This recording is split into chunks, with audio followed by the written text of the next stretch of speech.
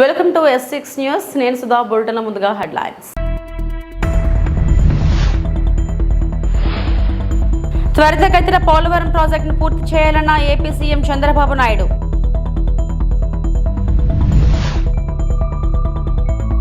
విశాఖపట్నం జిల్లాలో గంజాయి రవాణా కట్టడికి ప్రత్యేక టాస్క్ ఫోర్స్ ఏర్పాటు.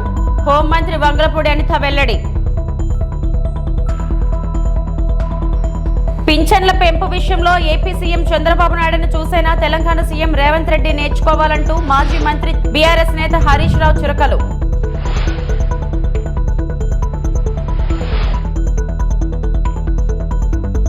పోలవరం ప్రాజెక్టును త్వరితగతిన పూర్తి చేయాల్సిన అవసరం ఉందన్నారు AP CM Chandrababu Naidu. Diaphragm wall ను గత ప్రభుత్వం కాపాడలేకపోయిందన్నారు. పోలవరాన్ని సంక్లిష్టంగా మార్చారన్నారు. గత ప్రభుత్వం అధికారంలోకి వచ్చిన వెంటనే ఏజెన్సీలను మార్చేశారన్నారు. ఏపీలో అధికారంలోకి వచ్చిన వెంటనే పోలవరంపై దృష్టి పెట్టారు సీఎం చంద్రబాబు. రివర్స్ టెండరింగ్ పేరుతో ప్రాజెక్ట్ నిర్వీర్యమైపోయిందన్నారు. తాము అధికారంలో ఉన్నప్పుడు 7 ముంపు మండలాలను కలిపాం కాబట్టే పోలవరం ప్రాజెక్టు కట్టగలిగామన్నారు. 2014లో ఏపీకి తొలిసారి ముఖ్యమంత్రిగా ప్రమాణ స్వీకారం చేసే కంటే ముందే 7 మండలాలను కలపాలని కేంద్రంపై ఒత్తిడి తెచ్చామని గుర్తు చేశారు. ఇప్పటి వరకు 31 సార్లు పోలవరాన్ని సందర్శించారన్నారు. తాను పడ్డ కష్టాన్ని గత ప్రభుత్వం బూడిదలో పోసిందని ఆరోపించారు. తమ ప్రభుత్వ హయాంలో 2019 నాటికి పోలవరం పనులను 72% వరకు పూర్తి చేశామన్నారు. గత పాలకులు పోలవరం విషయంలో క్షమించరాని తప్పు చేశారన్నారు. ఎన్నికలైన 2014లో ఇక్కడ తెలుగుదేశం పార్టీ గెలిచింది. బీజేపీ తెలుగుదేశం పొత్తున్నాం. ఢిల్లీలో ఎన్డీఏ వచ్చింది. నేను మొట్టమొదటిసారిగా రిక్వెస్ట్ చేసింది, ఎందుకంటే నేను విజువలైజ్ చేశాను కాబట్టి, 7 మండలాలు తెలంగాణలో ఉన్నాయి, కరువుకి ముంపు గురయ్యే మండలాలు. ఆ 7 మండలాలు గాని మనకి ఇవ్వకపోతే 2 రాష్ట్రాలు జూన్ 2వ తారీఖు నోటిఫై అవుతాయి. నోటిఫై అయిన తర్వాత మళ్ళీ అసెంబ్లీకి ఆ రాష్ట్రాలు ఒప్పుకుంటే తప్ప ఇది సాధ్యం కాదు. అందుకనే పట్టుబట్టి మీరు 7 మండలాలు ఇవ్వకపోతే నేను ప్రమాణ స్వీకారం కూడా చేయను, ఇంకా పోలవరం ప్రాజెక్ట్ కాదు అనే ఉద్దేశంతో నేను పట్టుబట్టి ఫస్ట్ కేబినెట్ చరిత్రలో ఎన్డీఏ 2 అసెంబ్లీలో మామూలుగా మెంబర్లంతా కూడా ఓట్ తీసుకున్న తర్వాత రెగ్యులర్ బిజినెస్ స్టార్ట్ అవుతుంది. మినిస్టర్స్ ని స్వేరింగ్ ఇన్ చేసి ఎంపీ ఓట్ తీసుకొని రెగ్యులర్ బిజినెస్ స్టార్ట్ అవుతుంది. అలాంటిది ఆర్డినెన్స్ ద్వారా ప్రెసిడెంట్ ఆఫ్ ఇండియాని కన్విన్స్ చేసి కొత్త ప్రభుత్వం ఆర్డినెన్స్ ఇవ్వాల్సిన అవసరం ఉండదు. ప్రెసిడెంట్ కూడా ఒప్పుకోడు. ఈ యొక్క అత్యవసర పరిస్థితిని ఆయనకు నచ్చజెప్పి ఒక కేబినెట్ మినిస్టర్స్ వెళ్ళి నచ్చజెప్పి తర్వాత కేబినెట్ పెట్టి ఈ యొక్క తీర్మానాన్ని పాస్ చేసి ఆర్డినెన్స్ తీసుకొచ్చి అది యాక్సెప్ట్ చేసిన తర్వాత పార్లమెంట్ సమన్ చేశారు. దానివల్ల 7 మండలాలు మనకు వచ్చాయి. ఆ 7 మండలాలు వచ్చాయి కాబట్టి మనం ప్రాజెక్టు కట్టగలిగాం. అప్పటికే ఈ ప్రాజెక్ట్ చాలా, ఒక మాటలో చెప్పాలంటే అనేక సంక్షోభాలు ఎదుర్కొంది. 2500లో ఈ ప్రాజెక్ట్ రాజశేఖర రెడ్డి గారు ప్రారంభించడం, అప్పుడే అవకతవకలు చేయడం, కాంట్రాక్టుల్ని క్యాన్సిల్ చేయడం, అక్కడి నుంచి ప్రాజెక్టు. ఉమ్మడి విశాఖపట్నం జిల్లాలో గంజాయి రవాణా కట్టడికి ప్రత్యేకంగా టాస్క్ ఫోర్స్ ఏర్పాటు చేస్తున్నట్లు హోంమంత్రి వంగలపూడి అనిత ప్రకటించారు. టాస్క్ ఫోర్స్ తక్షణం రంగంలోకి దిగుతుందని చెప్పారు. 3 నెలల్లో గంజాయి రవాణా తగ్గించి మార్పు తెస్తామని ధీమా వ్యక్తం చేశారు. గంజాయిపై ఉక్కుపాత మోపాలన్న సీఎం చంద్రబాబు ఆదేశాలతో ప్రత్యేక చర్యలు ప్రారంభిస్తున్నామన్నారు. గంజాయి రవాణా నిరోధానికి చెక్ పోస్టుల సంఖ్యను పెంచుతామని, కంట్రోల్ రూమ్ ఏర్పాటు చేస్తామని చెప్పారు. విశాఖలో రోడ్లపై గుంపులుగా గంజాయి తాగేవారిని అదుపులోకి తీసుకుంటామని, డీఅడిక్షన్ కేంద్రాలు ఏర్పాటు చేస్తామని తెలిపారు. గంజాయిపై సమాచారం ఇచ్చిన వారికి నగదు ప్రోత్సాహం అందిస్తామని, ప్రత్యేక టోల్ ఫ్రీ నెంబర్ను ప్రకటిస్తామని మంత్రి చెప్పారు. సోమవారం విశాఖలో నగర పోలీసు అధికారులతో సమీక్ష అనంతరం ఆమె విలేకరులతో మాట్లాడారు. విశాఖ మినహా రాష్ట్రంలో గంజాయి కేసుల్లో చిక్కిన వారు 385 మంది ఉంటే ఒక్క ఉమ్మడి విశాఖ జిల్లా పరిధిలోనే 1252 మంది జైల్లో ఉండటం ఆశ్చర్యాన్ని కలిగించిందన్నారు. ఆ ఖైదీలను కలవాలని, వారిని కుటుంబ సభ్యులతో వీడియో కాల్స్ మాట్లాడించాలని, గిరిజన ప్రాంతాలకు వెళ్లి గంజాయి నియంత్రణపై చైతన్యం కలిగించాలనే ఆలోచన ఉందని తెలియజేశారు. ఈరోజు పర్టికులర్గా ముఖ్యంగా విశాఖపట్నం లాంటి ఒక బ్యూటిఫుల్ సిటీలో ఈ గంజాయి అన్న దాని మీద ఉక్కుపాదం మోపాలి అన్న కాన్సెప్ట్ మీద ఈరోజు మేము చర్యలు తీసుకోవడానికి సిద్ధపడ్డాం. ఎందుకు ఇది ఇమీడియట్గా మీరు ఎందుకు టేకప్ చేశారు మేడం గారు అని మీరు అనుకోవచ్చు. ఎందుకంటే నిన్న నేను కొంతమంది మా ఎమ్మెల్యేస్ అందరి ఇంట్లోకి వెళ్తూ ఉంటే జనరల్ పబ్లిక్ నా దగ్గరికి వచ్చి మాట్లాడారు. మేడం గంజాని అరగట్టండి, చాలా ఇబ్బందులు పడుతున్నాం. టీచర్స్ నాకు ఫోన్లు చేశారు. గవర్నమెంట్ స్కూల్స్ దగ్గర 5th క్లాస్ 6th క్లాస్ చదువుతున్న పిల్లలు కూడా గంజాయి తీసుకుంటున్నారు. అంటే గంజాయి అంత విచ్చలవిడి అయిపోయింది, విపరీతంగా వైజాగ్లో దొరుకుతోంది. ఒక ఎమ్మెల్యే స్థాయిలో ఉన్న ఒక వ్యక్తి ఏమని చెప్పాడంటే, గంజా వైజాగ్లో ఈవినింగ్ పూట ఆఫ్టర్ 8 కొన్ని ప్లేసెస్కి వెళ్ళడానికి మేము భయపడుతున్నాం.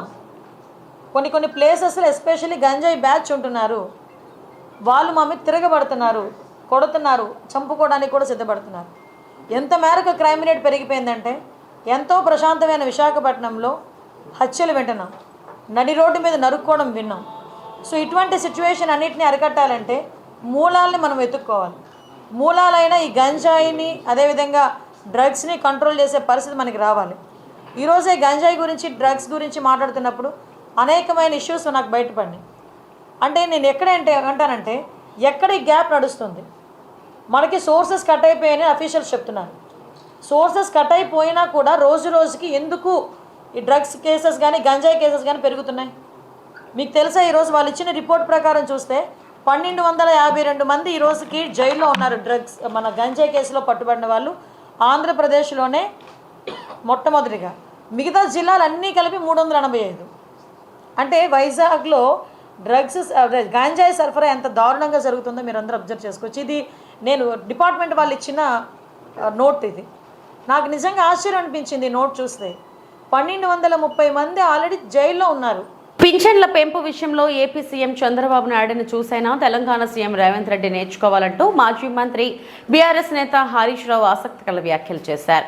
ఎన్నికలకు ముందు చెప్పినట్టే చంద్రబాబు నాయుడు 4000కు పింఛన్లు పెంచారని, ఆ మేరకు మొదటి సంతకం పెట్టారని గుర్తు చేశారు. రేవంత్ రెడ్డి చెప్పిన మొదటి సంతకం ఏమైందని ప్రశ్నించారు. ఏపీని చూసైనా నేర్చుకోవాలని, 4000 పింఛన్లు తక్షణం ఇవ్వాలని డిమాండ్ చేశారు. రాష్ట్రంలో నిరుద్యోగుల పక్షాన, గ్రూప్స్ అభ్యర్థుల పక్షాన బీఆర్ఎస్ పార్టీ పోరాటం చేస్తుందన్నారు.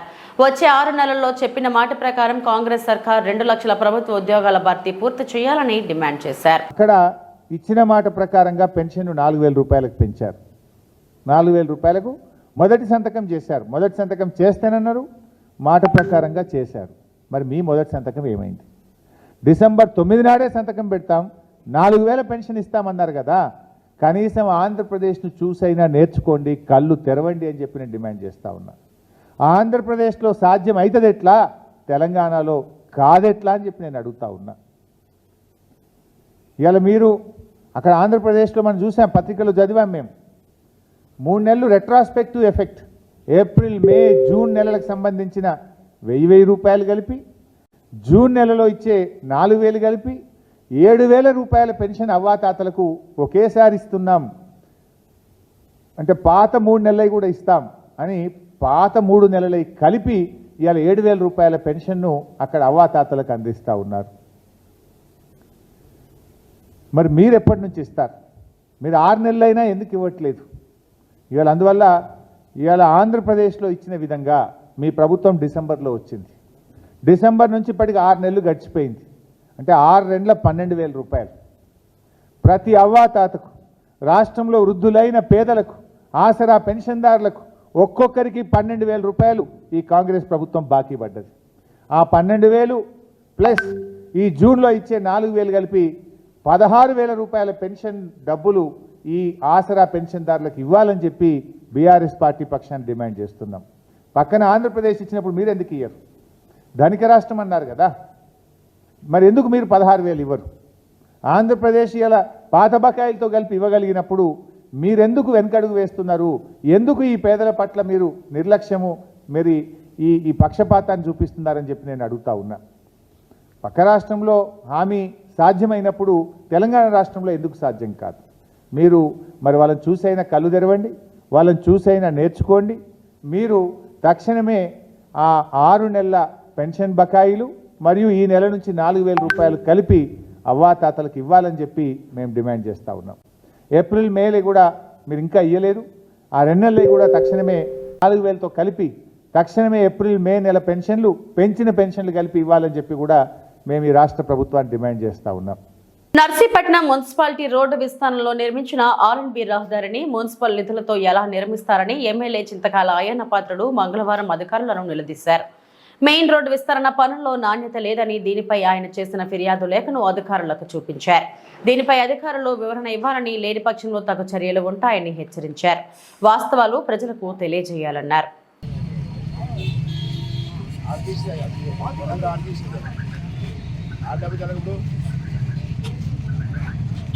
చెప్పాలి, నువ్వు చెప్పాలి కదా.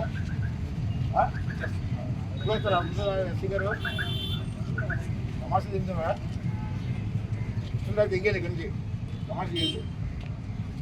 అది మూసి పెడుతున్నా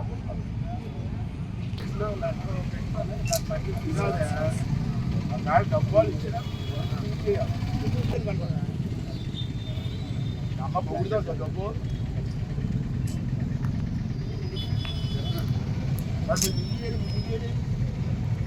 చూస్తాను.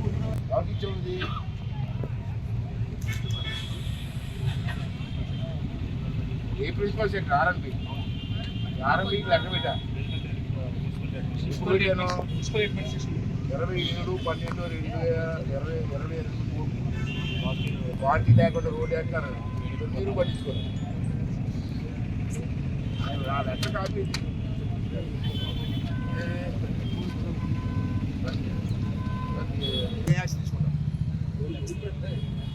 I want that. చెప్పండి, ఇప్పుడే చెప్పండి. ఏ వీళ్ళ మీద ఇతని మీద ఏ యాక్షన్ తీసుకుంటారు? వీళ్ళు ఎవరికి వీళ్ళకి ఉన్న పెత్తనం ఏంటి, వీళ్ళకున్న అధికారం ఏంటి? మీడియాకి చెప్పండి. 8 నెలలుగా కాంగ్రెస్ సర్కార్లో తెలంగాణ ప్రజలకు ఎలాంటి మేలు జరగలేదనే విషయం మనందరికీ తెలిసిందే.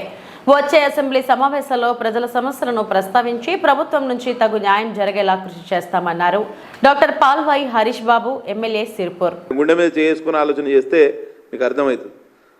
పంచాయతీలకు 8 నెలల్లో ₹1 రాలేదండి. 8 నెలల్లో. నవంబరు ఎలక్షన్ అయిపోయింది. డిసెంబర్, జనవరి, ఫిబ్రవరి, మార్చ్, ఏప్రిల్, మే, జూన్ ఇవాళ 16. మరి ఇవాళ ఇటువంటి పరిస్థితుల్లో దారుణమైన పరిస్థితి అంటే మా జడ్పీటీసీ గారు చెప్తా ఉండే, కొత్త ప్రభుత్వం వచ్చిన తర్వాత ఎంపీటీసీలు జడ్పీటీసీలు జీతాలు కూడా రాలేదు. సర్పంచులకు, ఆ మాజీ సర్పంచులకు ఆఖరి 4 నెలల జీతం కూడా ఇవ్వలేని పరిస్థితిలో. అంటే వీళ్ళకు గ్రామ పంచాయతీలకు ఫండ్స్ వస్తేనే మీకు అడ్జస్ట్ చేసేవాళ్ళు. గ్రామ పంచాయతీలకు సెంట్రల్ గవర్నమెంట్ ఫండ్స్ రావడానికి ఏమి ఇబ్బంది అంటే అక్కడ ఫుల్ ఫ్లెడ్జ్ గ్రామ పంచాయతీలే లేవు, ఎన్నికలు జరగలే, ఆ కంటిన్యూటీ లేదు. వీళ్ళకి ఏదో టెక్నికల్ ఇష్యూస్ ఉండి డబ్బులు రాకపోతే రాష్ట్ర ప్రభుత్వం ఆదుకునే పరిస్థితులు లేదు. పంచాయతీరాజు ఇంజనీరింగ్ డిపార్ట్మెంట్కి ₹1 రాలేదండి. 8 నెలల్లో ₹1 రాలేదు. ముఖ్యమంత్రి గారు దీనికి సమాధానం చెప్పాలి.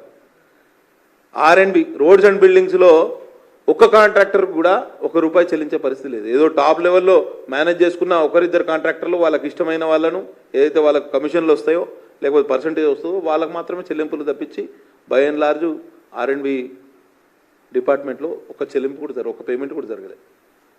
గ్రామ పంచాయతీలో పైసలు లేవు, R&Bలో పైసలు లేవు. ఎక్కడ మున్సిపాలిటీల్లో 8 నెలలుగా ₹1 రాలేదండి. ఒక్క మున్సిపాలిటీకి ₹1 రాలేదండి. గతంలో అల్లూరు సీతారామరాజు జిల్లా పాడేరు మోదకొండమ్మ ఉత్సవాల్లో 6 ఏళ్ల పసిపాపపై అత్యాచారం ఘటనకు సంబంధించిన నిందితుడిని పోలీసులు సోమవారం పట్టుకొని అరెస్టు చేశారు. ఈ సందర్భంగా ఏఎస్పీ ధీరజ్ మీడియా సమావేశం ఏర్పాటు చేసి నిందితుడిని మీడియా ముందు ప్రదర్శించి వివరాలు వెల్లడించారు. సీసీ ఫుటేజ్ ఆధారంగా బాధిత చిన్నారి తెలిపిన సమాచారంతో నిందితుడిని పట్టుకున్నట్లు వెల్లడించారు. అతనిపై పోక్సో కేసు నమోదైందని, కఠిన శిక్ష పడుతుందని ఏఎస్పీ తెలిపారు. చిన్నారులపై మహిళలపై ఇటువంటి అఘాయిత్యాలకు పాల్పడితే కఠిన శిక్ష తప్పదని హెచ్చరించారు. జిల్లా వాసులకు పసిపిల్లలు, బాలికలు, మహిళలపై దురుసుగా ప్రవర్తించే సంఘటనలకు పాల్పడితే కఠిన శిక్షలు ఉంటాయని, జిల్లా వ్యాప్తంగా నిఘా నేత్రాలు ఉన్నాయని, వాటి నుండి తప్పించుకోలేరని, నేరాలకు దూరంగా ఉండి అప్రమత్తంగా ఉండాలని సూచించారు. అబ్డక్షన్ కంప్లైంట్ వచ్చిందండి. ఒక చిన్న పిల్ల మీద ఒక వ్యక్తి నైట్ టైం 10వ తారీఖు నైట్ టైం 2 గంటల సమయంలో ఆ అమ్మాయి ఇంటి నుండి తీసుకెళ్ళి పక్కన నిర్మిస్తున్న ఒక భవనంలోకి తీసుకెళ్ళి ఎవరు లేని సమయం చూసుకొని ఆ అమ్మాయికి బలాత్కారం చేయడం జరిగిందండి. దీని మీద మనకి ఇచ్చిన రిపోర్ట్ మేరకు మనం 11th మార్నింగ్ వాళ్ళ మదర్ ఇచ్చిన రిపోర్ట్ మేరకు POCSO case with aggravated sexual penetrative assault and abduction and rape case book చేయడం జరిగింది. ఈరోజు మధ్యాహ్నం మనకి ఉన్న ఖచ్చితమైన ఇన్ఫర్మేషన్ మేరకు మనం చేసిన tower dump analysis, CCTV analysis మేరకు చిన్నపిల్ల చెప్పిన కొన్ని ఐడెంటిఫికేషన్స్ మీద ఇన్ఫర్మేషన్ పెట్టి ఎవరైతే అక్యూజ్డ్ ఉన్నారో అక్యూజ్ని ఈరోజు పట్టుకోవడం జరిగింది అండ్ రిమాండ్ చేయడం కూడా జరిగింది. ఈ మీడియా కాన్ఫరెన్స్లో నేను పాడేరు ప్రజలకి మరియు మన డిస్ట్రిక్ట్లో ఉన్న ప్రజలందరికీ విన్నపిస్తుంది ఏంటంటే, చిన్నపిల్లల మీద ఇలా ఒక అత్యాచారం చేయడం అనేది చాలా పెద్ద నేరం. దానికి మన ఏఎస్ఆర్ డిస్ట్రిక్ట్ పోలీసు తప్పకుండా అన్ని ప్రాపర్ ఇన్వెస్టిగేషన్ కంప్లీట్ చేసి ముద్దాయికి కఠినమైన శిక్ష వచ్చేలాగా 100% మేము ప్రయత్నిస్తాం. అండ్ ఎస్పీ సార్ కూడా ఇలాంటి విషయాలని టాలరేట్ చేయరు. మా పోలీస్ శాఖ అంతా కూడా చెప్తున్నాం, ఇలాంటి ఎటువంటి చిన్నపిల్లల మీద కానీ ఆడవారి మీద కానీ ఎటువంటి ఇలాంటి అఫెన్సెస్ జరిగినట్టయితే తప్పకుండా స్ట్రాంగ్ యాక్షన్ తీసుకోవడం జరుగుతుంది. అండ్ ఈ కేసు మీద ఫర్దర్ అప్డేట్స్ ఇన్వెస్టిగేషన్ అయిన తర్వాత మనం అప్డేట్ చేస్తాం. ఈ రూల్స్ ప్రకారం విక్టిమ్ కంపెన్సేషన్ అప్లై చేయడం జరుగుతుందండి. అది త్రూ కోర్ట్ మన కలెక్టరేట్కి వెళ్ళి అడ్మినిస్ట్రేషన్ సైడ్ నుండి విక్టిమ్ కంపెన్సేషన్ అందుతుందండి. అండ్ పాపకి ఏ రకంగానూ స్కూల్లో ఇబ్బంది కలగకుండా టీచర్స్తో కూడా మాట్లాడడం జరుగుతుంది. ఆమె ఐడెంటిటీని బయటికి రాకుండా మేము ఎలా విధాలు ప్రయత్నిస్తాము. అండ్ మా సైడ్ రిక్వెస్ట్ కూడా మీడియా సైడ్ నుండి ఆ పాప ఐడెంటిటీ కానీ పేరు డీటెయిల్స్ ఎవరికి షేర్ చేయొద్దని కోరుతున్నామండి. నిందితుడిని ఏ విధంగా ట్రేస్ అవుట్ చేశారు సార్? అదే ఏ ప్రాంతానికి చెందిన? ఆ నిందితుడు ఈ 12th మైల్ జంక్షన్ దగ్గర మనకి ఇన్ఫర్మేషన్ వచ్చిందండి. ఈ పలానా వ్యక్తి అక్కడ తిరుగుతున్నాడని. ఆల్రెడీ మేము లాస్ట్ ఫ్యూ డేస్గా ఆల్రెడీ 11th జరిగింది, 5 days అయిపోయింది. మనకి ఉన్న చిన్న క్లూస్ మేరకు ఉన్న సీసీటీవీ ఫుటేజ్ మేరకు ఆ 2 to 2:30 అఫెన్స్ టైంలో జరిగిన సీసీటీవీ ఫుటేజెస్ అని అనలైజ్ చేసి పాప చెప్పిన కొన్ని డిస్క్రిప్షన్, అక్కడ ఉన్న లైవ్ విట్నెస్ చెప్పిన కొన్ని డిస్క్రిప్షన్ మేరకు ఆ పర్సన్ని విత్ ఫోటో ఐడెంటిఫై చేసి అది కొద్దిగా సర్క్యులేట్ చేయడం జరిగింది. మనకి వచ్చిన వాళ్ళతో వచ్చిన ఖచ్చితమైన ఇన్ఫర్మేషన్ మేరకు పట్టుకున్నామండి. సార్ నిందితుడు ఒకడు ఉన్నారు సార్? ఒకరేనండి, ఒకరు పట్టుకుని తీసుకొచ్చినట్టుగా సమాచారం ఉంది? లేదండి, 1 పర్సనే మనం పట్టుకున్నామండి, ఎవరు తెలియదు. అదే ముద్దాయి పేరు స్వగ్రామం చెప్పకూడదండి, అది మీకు తర్వాత రివ్యూ చేస్తామండి. ఇప్పుడు అనవసరంగా కేసు తప్పుదోవ పడుతుంది. Okay sir.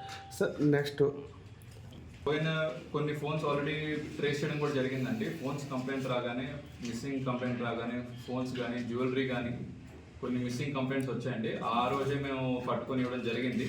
కొన్ని ఫోన్స్ ఏవైతే ఒకవేళ రికవర్ అవ్వలేని ఫోన్స్ ఉంటే పోలీస్ స్టేషన్కి వచ్చి కంప్లైంట్ ఇవ్వమనండి. Within a few days or weeks అవి రికవర్ చేయడానికి ట్రై చేస్తాం.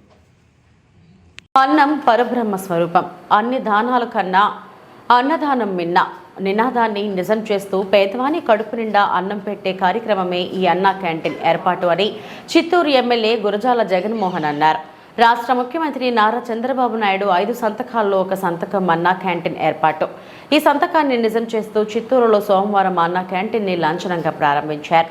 ఈ సందర్భంగా కూరగాయల జగన్మోహన్ మాట్లాడుతూ 100 రోజుల్లో జిల్లా కేంద్రమైన చిత్తూరు నియోజకవర్గంలో అవసరమైన చోట్ల అన్ని ప్రాంతాల్లో అన్నా క్యాంటీన్ ఏర్పాటు చేసి పేదవాళ్లకు అన్నం పెట్టే కార్యక్రమాన్ని విస్తరించడం జరుగుతుందని తెలిపారు.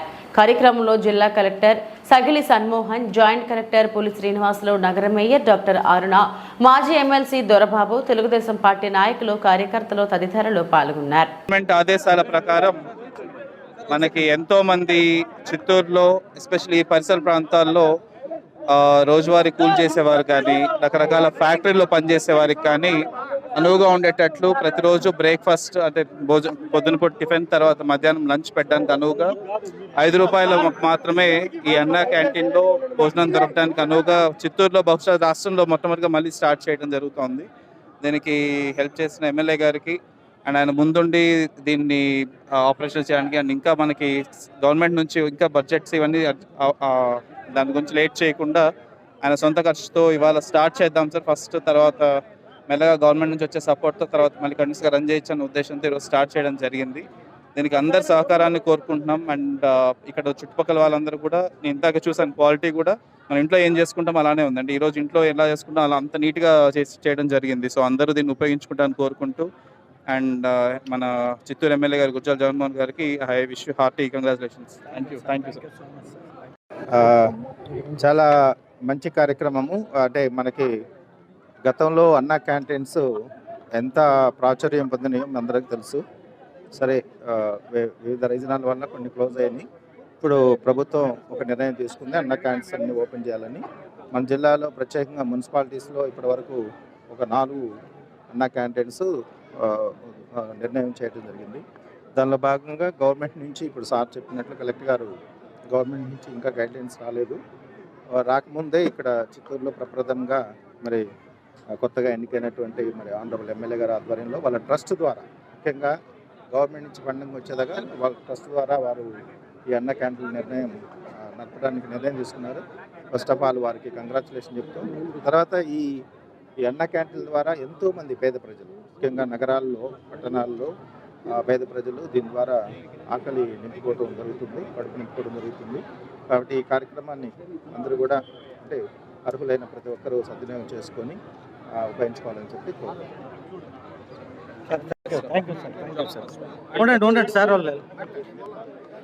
ముందుగా ఏదైతే ఆంధ్ర రాష్ట్ర ముఖ్యమంత్రి 5 సంతకాలు పెట్టారో దాంట్లో భాగంగా అన్నా క్యాంటీన్ ఈరోజు మొట్టమొదటి క్యాంటీన్ పునఃప్రారంభోత్సవం చిత్తూరు నియోజకవర్గంలో జరగడం చాలా ఆనందకరంగా ఉంది.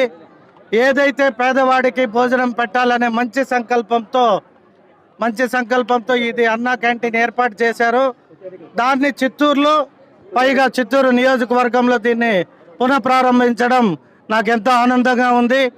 ఏదైతే మాట ఇచ్చింది నిలుపుకునే పార్టీగా ఏవైతే మేము ఎన్నికల్లో ప్రామిస్ చేశామో వాటిలో మొట్టమొదటి ఇది అన్నా క్యాంటీన్ ఇవాళ ప్రారంభించడం చాలా ఆనందకరంగా ఉంది. దీనికి సహకరించిన కలెక్టర్ గారు, జేసీ గారు, మన మున్సిపల్ కమిషనర్ గారు, అలాగే అందరు నాయకులు, చిత్తూరు తెలుగుదేశం పార్టీకి సంబంధించిన నాయకులతో పాటు అలాగే బీజేపీ జనసేనకు సంబంధించిన నాయకులు కూడా ఉమ్మడి ఎన్డీఏ ప్రభుత్వంలో ఎవరైతే భాగస్వాములుగా ఉన్నామో వారందరి సహకారంతో ఈరోజు ఈ క్యాంటీన్ని ఇక్కడ ప్రారంభించడం నాకు ఎంతో ఆనందకరంగా ఉంది.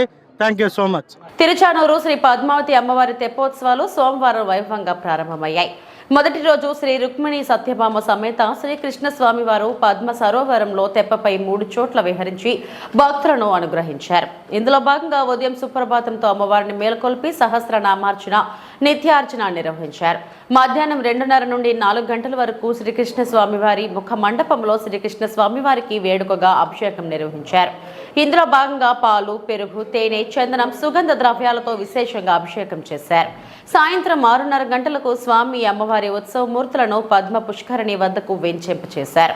సాయంత్రం 6:30 నుండి రాత్రి 7:30 గంటల వరకు తెప్పోత్సవం వైభవంగా జరిగింది. అనంతరం శ్రీకృష్ణ స్వామివారు ఆలయ 4 మాడ వీధుల్లో ఊరేగి భక్తులను కటాక్షించారు. కార్యక్రమంలో ఆలయ superintendent Seshagiri, temple inspector Subhash, Ganesh, ఇతర అధికారులు, ఆలయ అర్చకులు, విశేష సంఖ్యలో భక్తులు పాల్గొన్నారు.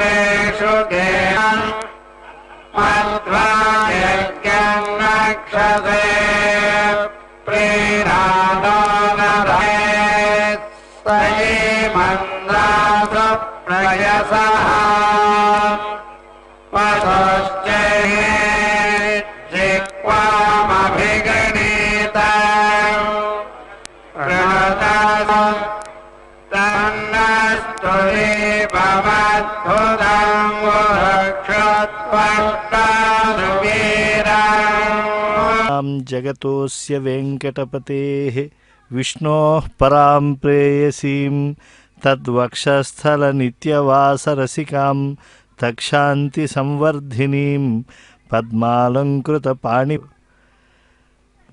అంతర్మోహన మౌళిఘూర్ణన చలన్ మందార విభ్రంశన స్తంభాకర్షణ దృప్తిహర్షణ మహామంత్ర. కూటమి ప్రభుత్వం హామీ మేరకు అంగన్వాడీలకు ఉద్యోగ భద్రత కల్పిస్తామని పంతం నానాజీ అన్నారు. కాకినాడ నగరం గుడారిగుంట ఎమ్మెల్యే నివాసం వద్ద కాకినాడ రూరల్ నియోజకవర్గానికి సంబంధించిన అంగన్వాడీ కార్యకర్తలు గౌరవప్రదంగా కలిసి ఎమ్మెల్యేలకు శుభాకాంక్షలు తెలియజేశారు. ఈ సందర్భంగా ఆయన మాట్లాడుతూ వైసీపీ ప్రభుత్వం గత 5 ఏళ్లలో అంగన్వాడీలను తీవ్రంగా ఇబ్బందులకు గురి చేసిందని, చంద్రబాబు పవన్ కళ్యాణ్ నాయకత్వంలో అంగన్వాడీలకు పూర్తి స్థాయిలో న్యాయం చేస్తామని ఆయన పేర్కొన్నారు. అనేక మంది గవర్నమెంట్ ఆఫీసర్స్ అలాగే ఎంప్లాయీస్ అంగన్వాడీ ఆచార్స్ అందరూ కూడా వచ్చి కలిసి వెళ్ళడం జరుగుతూ ఉంది. ముందు ప్రభుత్వ కార్యక్రమాలు ఏ రకంగా నిర్వహించాలన్న దాని మీద వీరందరితో సమీక్షలు చేసుకుని తెలుసుకోవడం జరుగుతుంది. మేము అనేక సందర్భాల్లో ప్రతిపక్షంలో ఉన్నప్పుడు మేమే అంగన్వాడీకి రక్షణగా ఉంటామని, వారి ఉద్యోగ భద్రత కల్పిస్తామని, వారి జీతాలు పెంచుతామని మేము అనేక సందర్భాల్లో చెప్పినట్టు చేసేటట్టు అలవాటు ఇవాళ మా ఉమ్మడి పార్టీలో మా ఉమ్మడి ముఖ్యమంత్రి అయినటువంటి చంద్రబాబు నాయుడు గారికి ఫస్ట్ నుంచి కూడా అంగన్వాడీ కానీ డాక్టర్ కానీ ఇటువంటి సంఘాలని పెంచి పోషించినటువంటి వ్యక్తి చంద్రబాబు నాయుడు గారు. కాబట్టి మొన్న కాకినాడ సభ వచ్చినప్పుడు కూడా వీరి యొక్క ఉద్యోగ భద్రత గురించి ఆయన అడగడం జరిగింది. ఆయన ఖచ్చితంగా దాన్ని ఉద్యోగ భద్రత కల్పిస్తానని చెప్పి మాట్లాడడం జరిగింది. ఆయన ఖచ్చితంగా మేము ఉద్యోగ భద్రత విషయంలో ఆయన కల్పిస్తారని ఆశిస్తా ఉన్నాను. ఆయన తోడు మా నాయకుడు పవన్ కళ్యాణ్ గారు ఉన్నారు. ఆయన మంచి హృదయం గల వ్యక్తి. ప్రత్యేకంగా ఎవరైతే దిగువ రేఖకి కింద ఉన్నారో వారి పట్ల ఆయనకి అహంకారం, వాళ్ళకి ఏదో చేయాలన్నటువంటి ఇది పవన్ కళ్యాణ్ గారికి ఎప్పుడు ఉంటుంది. ఆయన ఇవాళ డిప్యూటీ సీఎంగా ఉండడం, అలాగా పంచాయతీరాజ్, గ్రామీణ శాఖ ఇటువంటి శాఖలు, ముఖ్యమైన శాఖలు ప్రజలకు ఏదైతే ఉపయోగపడతాయో అటువంటి శాఖలన్నీ కూడా ఆయన దగ్గరే ఉండడం మన అదృష్టం. ఖచ్చితంగా ముందు అంగన్వాడీలే కాదు, ప్రతి ఒక్క చిరు ఉద్యోగులు పట్ల ఖచ్చితంగా ఈ ప్రభుత్వం అప్రమత్తంగా ఉండి ఆ చిరు ఉద్యోగులకి. కేంద్ర పాలిత ప్రాంతమైన యానాంలో కాంగ్రెస్ పార్టీ కార్యాలయంలో యానాం కాంగ్రెస్ ప్రెసిడెంట్ అర్ధాని దినేష్ మీడియా సమావేశం ఏర్పాటు చేశారు. ఆయన మాట్లాడుతూ యానాంలో ఉన్న సమస్యలపై ఎప్పటి నుంచో పోరాడుతున్నామని, లోక్సభ ఎన్నికల్లో యానాంలో కాంగ్రెస్ పార్టీకి 7,000 ఓట్లకు పైగా వచ్చాయని, ఆ నమ్మకాన్ని ఖచ్చితంగా నిలబెట్టుకుంటామని తెలిపారు. రానున్న రోజుల్లో ఎంపీ వైద్యలింగం సహకారంతో యానాంలో పలు అభివృద్ధి కార్యక్రమాలను చేపడతామని తెలిపారు. మొత్తం పుదుచ్చేరి పార్లమెంటరీ నియోజకవర్గ పరిధిలో 30 నియోజకవర్గాలుంటే 28 నియోజకవర్గాల్లో కాంగ్రెస్ పార్టీ అత్యధిక మెజార్టీ సాధించిందని అన్నారు. దీనిని బట్టి 2026లో కాంగ్రెస్ పార్టీ ప్రభుత్వాన్ని ఏర్పాటు చేస్తుందని ఆయన ధీమా వ్యక్తం చేశారు. కార్యక్రమంలో లంకే జాన్, శ్రీమంతుల శ్రీధర్, పైడికొండల రాజబాబు పాల్గొన్నారు. ఈరోజు చూసినట్లయితే బీజేపీ ఎన్ఆర్ కూటమిలో ప్రభుత్వంలో ఉన్నప్పటికీ కూడా ప్రజలు కాంగ్రెస్ పార్టీకి మద్దతు ఇచ్చి చాలా అత్యధికమైన మెజార్టీ ఇవ్వడం జరిగింది. అలాగే చూసినట్లయితే యానంలో ఏ విధమైనటువంటి డబ్బు పంచిపెట్టకుండా సరే 25 సంవత్సరాల నుంచి పరిపాలన ఉన్నటువంటి మల్లాడి కృష్ణారావు గారిని కాదని, ఇప్పుడు పరిపాలిస్తున్నటువంటి అశోక్ గారిని కాదని ఈరోజు యానంలో పార్టీని ఏ ఒక్క రూపాయి కూడా మేము ఖర్చు పెట్టకుండా జెన్యూన్గా ప్రతి ప్రజల దగ్గరికి వెళ్ళి ఓటు కోసం అడిగినప్పుడు ఈరోజు మాకు చాలా మంచి ఓటింగ్ అనేది ఇవ్వడం జరిగింది. ఈరోజు విజయం సాధించడానికి యానం ప్రజలు కూడా ముఖ్య కారణం. ఈరోజు మీరు చూసినట్లయితే యానంలో అనేక సమస్యలు ఉన్నాయి. ముఖ్యంగా చూసినట్లయితే ఆరోగ్య సమస్య చాలా ఎక్కువగా ఉంది. ఆరోగ్యశ్రీ స్కీమ్ అనేది యానంలో లేదు. ఏదైనా ప్రాబ్లం వచ్చినా, యాక్సిడెంట్లు అయినా ఏవైనా సరే ప్రభుత్వ హాస్పిటల్కి, ప్రైవేట్ హాస్పిటల్కి వెళ్తున్నప్పుడు ఏ విధమైనటువంటి స్కీమ్స్ లేక చాలామంది ఇబ్బందులు పడుతున్నారు. అలాగే యానంలో చూసినట్లయితే ఎల్లో రేషన్ కార్డుల్లోంచి రెడ్ రేషన్ కార్డులకు వెళ్తే లేదో కొంచెం ఉపాధి వస్తుందని చెప్పేసి వాళ్ళు చూస్తున్నారు, అదే జరగట్లేదు. రేషన్ కూడా ఇవ్వలేని పక్షం జరుగుతుంది. అలాగే ఇంటి పట్టాలు అనేది కొన్ని సంవత్సరాల కింద ఇచ్చారు. ఈ రోజు అనేది ఇల్లు పట్టాలు కూడా లేవు. అలా చూసినట్లయితే చాలామంది నిరుద్యోగులు యానంలో చాలామంది ఉన్నారు. ఉన్న పరిశ్రమలన్నీ పోయినాయి. చాలామంది ప్రతి ఒక్కరు కూడా చెడు అలవాట్లకు బానిసై పాడైపోవడం కూడా జరుగుతుంది. ఈ ప్రభుత్వం ఏం చేస్తుంది అనేది కూడా అర్థం కావట్లేదు. ఈరోజు చూసినట్లయితే జిప్మేర్ హాస్పిటల్ ఓపెన్ చేయడం జరిగింది. దాంట్లో మినిమం బ్లడ్ టెస్ట్ కూడా చేయట్లేదు. కొన్ని 100 కోట్లు పెట్టి కట్టిన జిప్మేర్ హాస్పిటల్లో బ్లడ్ టెస్ట్కి చేయకుండా ఎదురుగుండా చిన్న క్లినిక్లోకి వెళ్ళి ఏ కమిషన్ తీసుకుని వాళ్ళ దగ్గరికి పంపిస్తున్నారు అనేది ప్రతి ఒక్కరు కూడా ప్రభుత్వం అనేది ఏం చేస్తుంది. ఇలా జరుగుతుంటున్నప్పుడు కూడా ప్రతి ఒక్కరు ఆలోచించాలి. ఇలా చూసినట్లయితే యానంలో చాలా సమస్యలు ఉన్నాయి. కనకాలపేటలో డంపింగ్ యార్డ్ అయితేనేంటి, కురసంపేటలో ఇసుక ర్యాంప్ అయితేనేంటి, అలాగే చూసినట్లయితే ఓఎన్జీసీ కాంపోజిషన్ అందరికీ కూడా రావట్లేదని చెప్పి చాలామంది ఇబ్బంది పడుతున్నారు. దాని మీద ప్రభుత్వం ఏ విధమైనటువంటి ఫలితాలు తీసుకోకుండా చాలా నిర్లక్ష్యత వహిస్తుంది. ఈరోజు నిజంగా చూసినట్లయితే మనకున్న 30 అసెంబ్లీల్లో 28 స్థానాల్లో కాంగ్రెస్ మెజార్టీ రావడం జరిగింది. 2 చోట్ల అనేది ఇందిరానగర్, యానంలో మాత్రమే బీజేపీకి అనేది మెజార్టీ వచ్చింది. మిగతా 28 చోట్ల కూడా కాంగ్రెస్ వచ్చింది. దీనికి ఒకలా మీకు తెలియాల్సింది ఏంటంటే ప్రభుత్వం మీద జనాలు చాలా వ్యతిరేకత అనేది ఖచ్చితంగా ఉంది. ఈ జనాల యొక్క ఓటుని బట్టి మనం తెలుసుకోవచ్చు. రాబోయే 2026లో కూడా ఖచ్చితంగా గవర్నమెంట్ ఫామ్ చేసేది కాంగ్రెసే. ఖచ్చితంగా ఇప్పుడు వరకు యానం అభివృద్ధి జరిగిందంటే 100% కాంగ్రెస్లోనే జరిగింది. 26లో కూడా ఖచ్చితంగా కాంగ్రెస్లోనే మనం చేయగలుగుతాం. ప్రభుత్వం కూడా వచ్చేది కూడా కాంగ్రెస్ వస్తుంది. అలాగే ఎంపీ గారు 2019 నుంచి 2024 వరకు కూడా ఆయన ఎంపీగా ఉంటున్నప్పుడు ఇంతకుముందు ఇప్పుడు కూడా ఎంపీ ల్యాండ్స్ రాలేదు. మనం ఈరోజు చూసినట్లయితే సాగర్ నగర్లో బరిల్ గ్రౌండ్ తీసుకొచ్చాం. ఇవి ఇప్పటివరకు ఉన్న బులెటిన్ విశేషాలు. నమస్తే.